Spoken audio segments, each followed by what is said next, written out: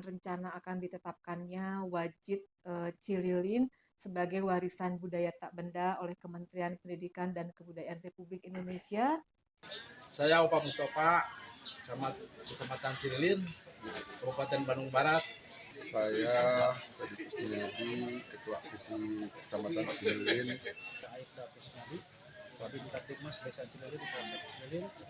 Saya Sertu Asep Saipullah, Babinsa Desa Cililin. Saya Haji Ali Gumanti, pimpinan Pondok Pesantren Pembangunan Muslim Cililin. Saya Sony Rafiq, orang Cililin yang saat ini bermukim di Washington DC, Amerika Serikat.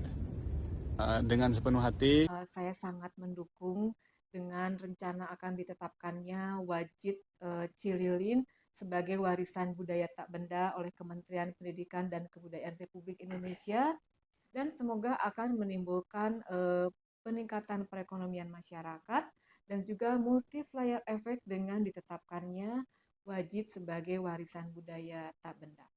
Sukses untuk para pelaku UMKM wajib Cililin. Kemudian juga semoga kesuksesan ini juga insya Allah akan bermanfaat untuk masyarakat di Kabupaten Bandung Barat. Hatur nuhun.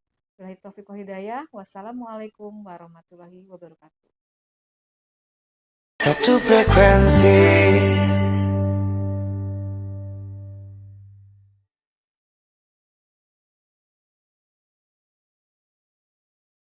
Dan itu ternyata ada 3.000 tahapan yang mesti kita lalui.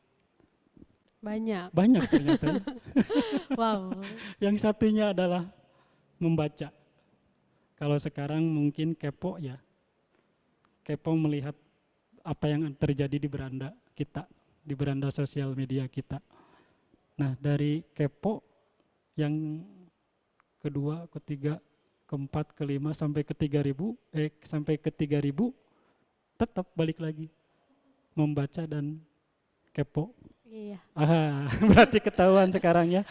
Bagaimana agar konten kita menarik? Ya tadi harus ada wawasan, ada pengalaman, kemudian riset, dan yang itu semua teman-teman sudah lakukan secara alamiah. Karena ya itu tadi kita lihat beranda, menarik ya. Saya yang nurutan konten ya. Seperti itu. Kalau orang bilang sekarang mah ATM, amati, tiru, modifikasi, mungkin itu bahasanya sudah lemah mungkin. Sekarang mungkin kegiatan alamiah kita itu sebetulnya sudah menjadi wawasan bagi teman-teman ya. Jadi untuk bagaimana mengkreasi, menciptakan konten, membangun konten menarik ya, seperti itu Teh Sri. Asik ya ternyata ya bikin konten ya. Asik. Kayak kalau misalkan di TikTok mah capaian konten yang berhasil teh FYP. Apa itu? FYP teh page for itulah gitu. Nah, itu teh intinya FYP itu hadir di beranda orang lain. Jadi kayak aku kan newbie juga nih ya kan di TikTok. Nah, terus tiba-tiba ada postingan aku yang udah 5 kali FYP, terus kayak jadi ke kitanya teh semangat, mau konten lagi, konten apa ya kayak seperti gitu. itu. Jadi harus semangat dulu kitanya. Benar, itu pertama Teh Sri yang menjadi acuan, semangat berkonten. Jadi sekarang itu ya tadi era kebanjiran aplikasi itu ngonten, kemana-mana ngonten. Jadi girang banget ya ketika dapat FYP ya. Iya, senang banget. Ini mah harus bikin lagi kayak gitu jadinya sama seperti teman gitu. saya ya di Damanhuri ya, yang sekarang jadi pejabat ya, dia ngonten di TikTok dan itu sudah FYP ya. Tiba-tiba dilihat sama anak saya, Papa, itu ada teman Papa, kayak girang banget anak saya lihat teman saya dan anak sedang berjoget dengan anaknya, dengan istrinya gitu ya. Wah, sampai menunjukin tuh anak saya, Papa ini teman Papa itu lihat jogetnya, sampai ketawa-ketawa ngelihatnya ya, anak saya. Nah itulah salah satu keberhasilan kalau kita tadi yang pertama semangat ngonten itu harus ada, kemudian wawasannya harus ada, kreativitas harus ada, yang berikutnya adalah konsistensi ya. Jadi kalau sehari nggak ngonten itu nggak afdol. Seperti itu. Biar ketahuan sama algoritma ya. Algoritma itu seperti hitungan grafik ya. Agar kalau tadi bahasa TikTok nyampe FYP gitu ya. Kalau sekarang YouTube monetisasinya di video pendek itu dapat sekarang Gitu. algoritmanya. Jadi manfaatin ke teman-teman gitu. Dan subscriber 500 itu juga sudah ada iklan. Biar apa? Biar memacu kita supaya ngonten sebetulnya. Ya iklanan, biar biasa. Ya iklanan YouTube orang. Padahal kan itu hanya sebatas memacu kita supaya terus membuat konten. Dan tetap aturan monetisasinya itu di 10.000 ya, 1.000 ya. 10.000. 1.000 follower ya. 10.000 kalau nggak Subscriber salah, ya. 4.000 jam Nah, tayang, seperti 40.000 itu. Kan kita susah ngejar iya, jam tayang, susah. makanya YouTube sekarang ngeluarin video short. Gak mau kalah sama TikTok. Jadi bisa dimanfaatin video pendek itu. Seperti istri saya suka bikin setiap hari karena ada kucing Siro namanya ya. Turunan Himalaya, dia matanya merah, warnanya putih. Dia setiap hari di video main sama anak gitu. Video pendek aja tiap hari. Akhirnya sampai FYP banyak yang nontonnya sampai 6.000. Wow. Nah itu dari situ Tepira kata kucingnya kan. Tesri ya.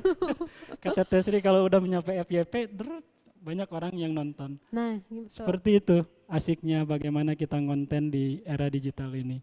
Jadi teman-teman, ayo bagaimana kita sekarang membuat konten sekonsisten mungkin. Seperti itu, dan sekarang mah kalau nggak konsisten, seperti kita mencari tambatan hati ya. Kalau nggak konsisten mah Iya, harus ragu-ragu ya. dikejar terus. Apalagi bikin mertua ragu-ragu bahaya kan. Iya, bahaya. Seperti Terjadi itu. Iya. Wah, pokoknya mah asik Tesri dan teman-teman UMKM yang ada di sini untuk bicara ngomongin entrepreneurship. Dan saya di sini kenapa munculin ini supaya menjadi satu kurikulum ya di akademisi atau di kampus-kampus atau bisa jadi ke sekolah ya. Karena begitu pentingnya entrepreneurship ini atau konten atau ilmu tentang konten gitu ya. Sekarang mah nggak ada ya. Belum masuk ke dalam kurikulum. Tapi ada teman saya yang jadi guru di Ciamplas, dia bikin pembelajaran itu ala-ala YouTuber. Kan mudah dicerna jadi. Iya. Seperti Semangat itu. anak-anaknya juga. Semangat. Iya. Bener si Bapak Eta bisaan saya jadi enjoy diajar lagi. Pasti Bapak Eta CS suka gitu anak-anak. Kan jadi ngomongnya jadi guys, bukan anak-anak. Seperti itu. Jadi teman-teman yang hadir di sini ya, jadi banyak itulah dunia konten atau dunia digital hari ini membuat kita tadi ya happiness, happy gitu. Kita membuat mendapatkan satu kebahagiaan dalam satu konten.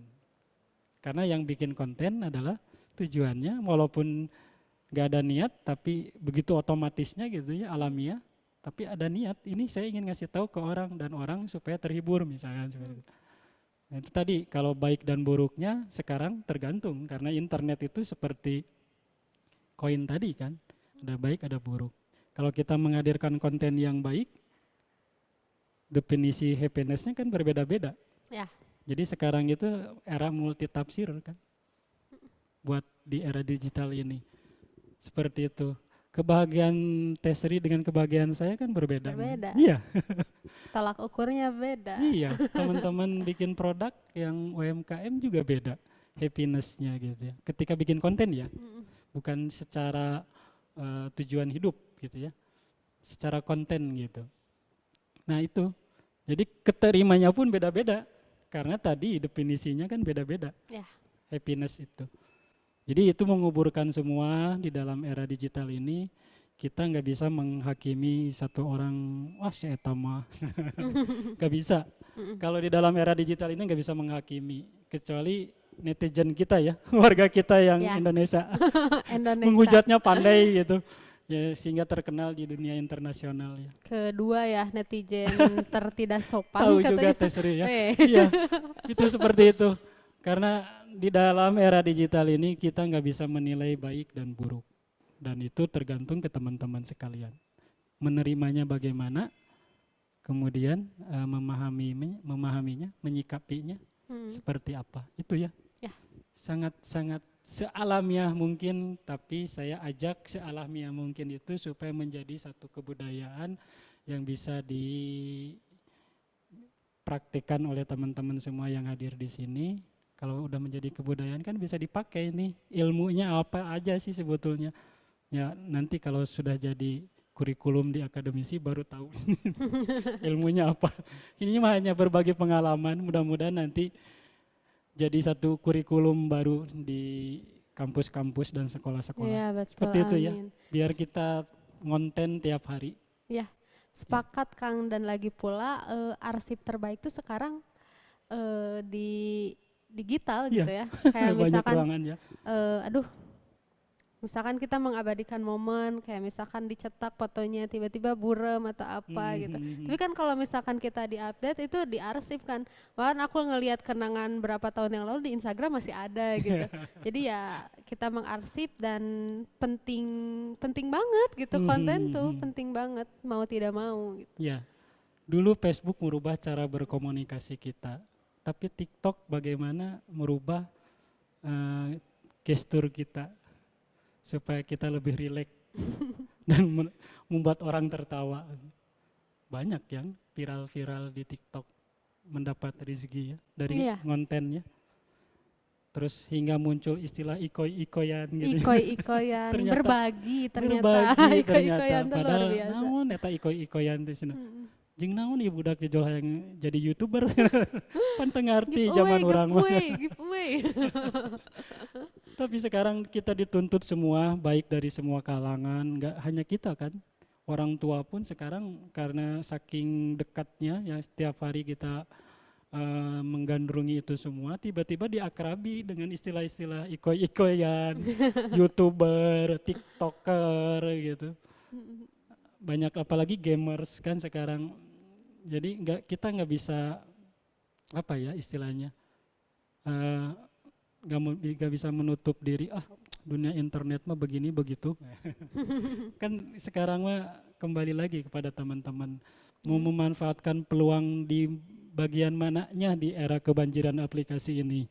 Karena di era aplikasi ini ada konten yang bermunculan, berseliweran kepada kita setiap hari, setiap detik itu menyuguhkan berbagai perasaan dan tontonan kepada kita semua, dan itu semua kembali ke teman-teman yang melihatnya ya, karena uniknya digital ini sekali kita mengklik itu secara otomatis itu di beranda itu akan hadir. Jadi jari dan teman-teman semua sangat menentukan ketika di dalam beranda sosial media atau apapun itu ya, mengklik aja, tek, itu otomatis besoknya itu akan hadir. Kayak sering ngeklik makanan, munculnya seringnya makanan. Iya, kayak gitu. Jadi sesuai dengan apa yang kita lakukan gitu, seperti itu. 5 menit lagi ternyata. Ya ampun. Asik teman ini. Gimana tuh pertanyaan dari aku aja dulu deh. Boleh. Ini nih Kang, gimana sih apa yang membuat sebuah konten dianggap bagus? Kan apakah Akang sepakat dengan istilah harus estetik gitu. Kontennya harus estetik, apakah iya? Ya, semua itu ada etikanya ya. Semua ada aturannya, tapi kita bikin sealamiah mungkin gitu ya. Nah, sealamiah mungkin itu apa? Ya, kita bikin apa yang kita lihat setiap hari di beranda, kita lakukan dan kita praktekkan. Nanti secara otomatis tersendiri itu akan menjadi etis dan estetika dengan sendirinya. Okay. Saya nggak mau ribet-ribet orangnya karena kalau teoritis kan nanti bagiannya teman-teman yang jago gitu ya. Tapi saya hanya di sini berbagi pengalaman karena secara lambat laun ketika kita senang di dalam dunia digital dan terus memperhatikan postingan atau konten setiap harinya, maka secara otomatis itu frekuensinya antara yang dilihat masuk ke otak kita dan di reminder sama otak kita, dan itu menjadi satu tahap awal bagi teman-teman untuk kira orang teh bisa ngajian konten iya, tah juga si eta pas orang kamari ningali konten iya.